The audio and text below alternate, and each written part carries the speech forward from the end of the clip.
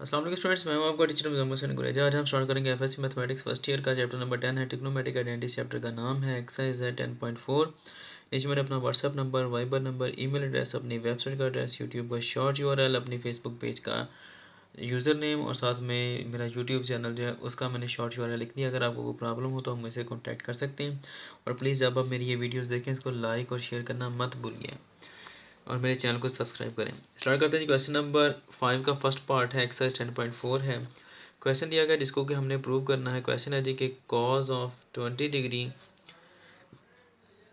Multiplied by cause of 40 degree multiplied by cause of 60 degree multiplied by cause of 80 degree all when we multiply all together all of these identities this will be equal to 1/16।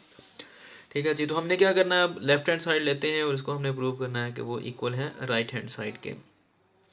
Cause of 20 degree cause of 40 degree multiplied by cause of 60 degree multiplied by cause of 80 degree.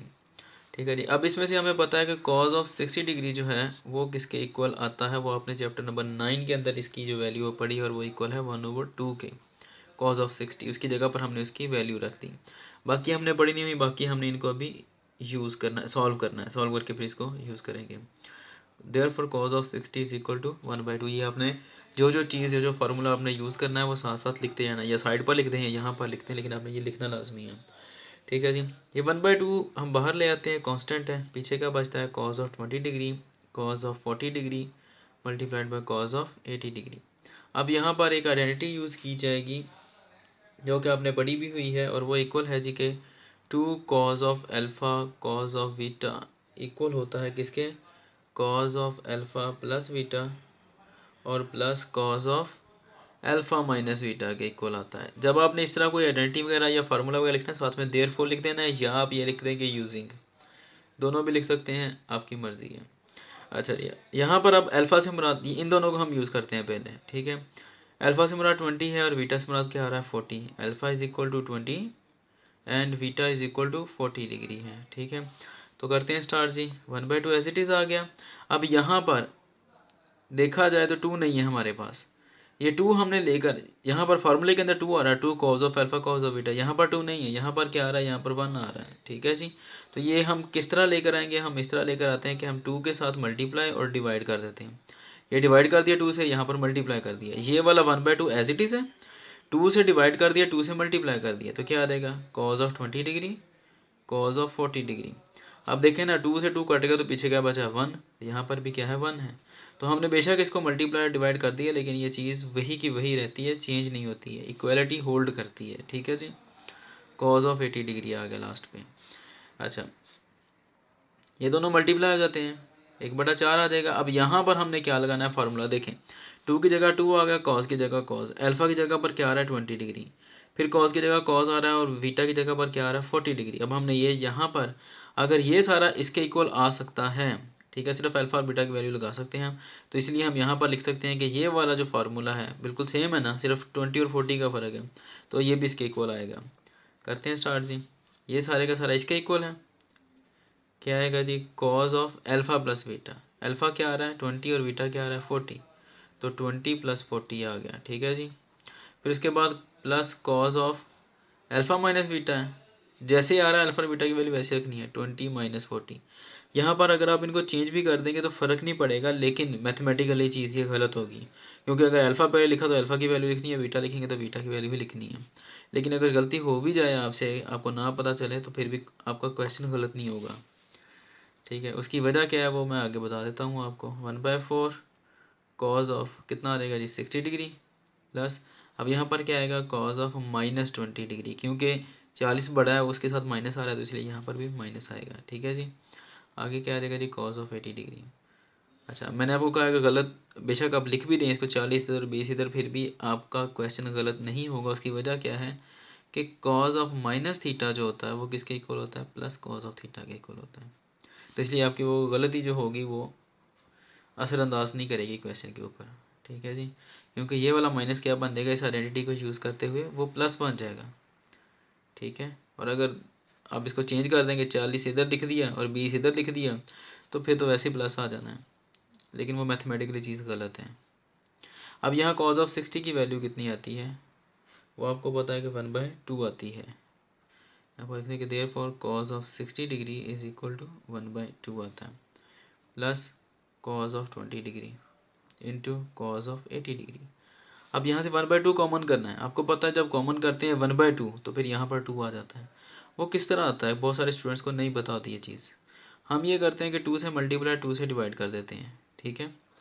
1/2 plus cos of 20 degree into cos of 80 degree. अब क्या होगा कि ये वाला 2 तो multiply हो जाएगा इसके साथ, क्योंकि ये यहीं पर ही रहना है। 4 2 कितने हो जाएंगे जी, 8।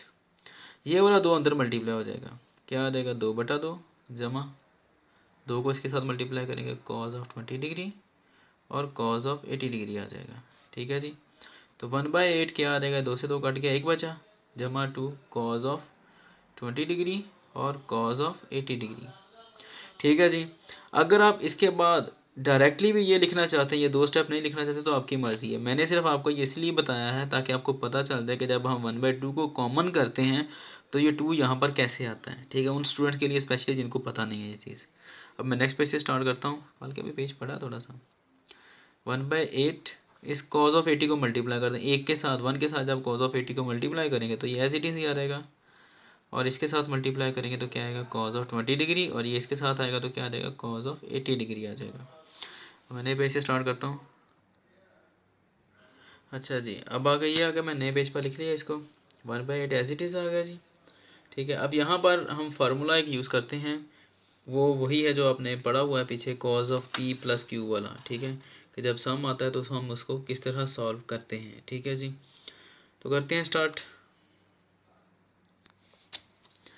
ये आ जाता है जी हमारे पास, चले मैं इसको लिख लेता हूँ पहले फार्मूले को। Cos of P plus cos of Q equal आता है जी 2 cos of P plus Q over 2 और cos of P minus Q by 2 के, ठीक है। और दूसरा जो एक और फार्मूला यूज़ होना जो कि इससे पहले यूज़ होगा, वो यहाँ पर जैसे 2 कॉज अल्फ़ा कॉज बीटा वाला, तो वही यूज़ होगा 2 cos of alpha cos of beta equal होता है जी कॉज अल्फ़ा प्लस बीटा और plus cos alpha minus beta वाला, ठीक है। अब चूंकि यहाँ पर पहले जो यूज़ हो रहा है 2 कॉज अल्फ़ा कॉज बीटा, तो इसलिए हम पहले यहाँ पर ये यूज़ करेंगे और इसके बाद फिर ये यूज़ करेंगे, ठीक है। ये मैंने एक ही बार लिख लिया, अब ये मैंने बार बार नहीं लिखना ये फार्मूला, ठीक है जी। तो क्या आएगा 1/8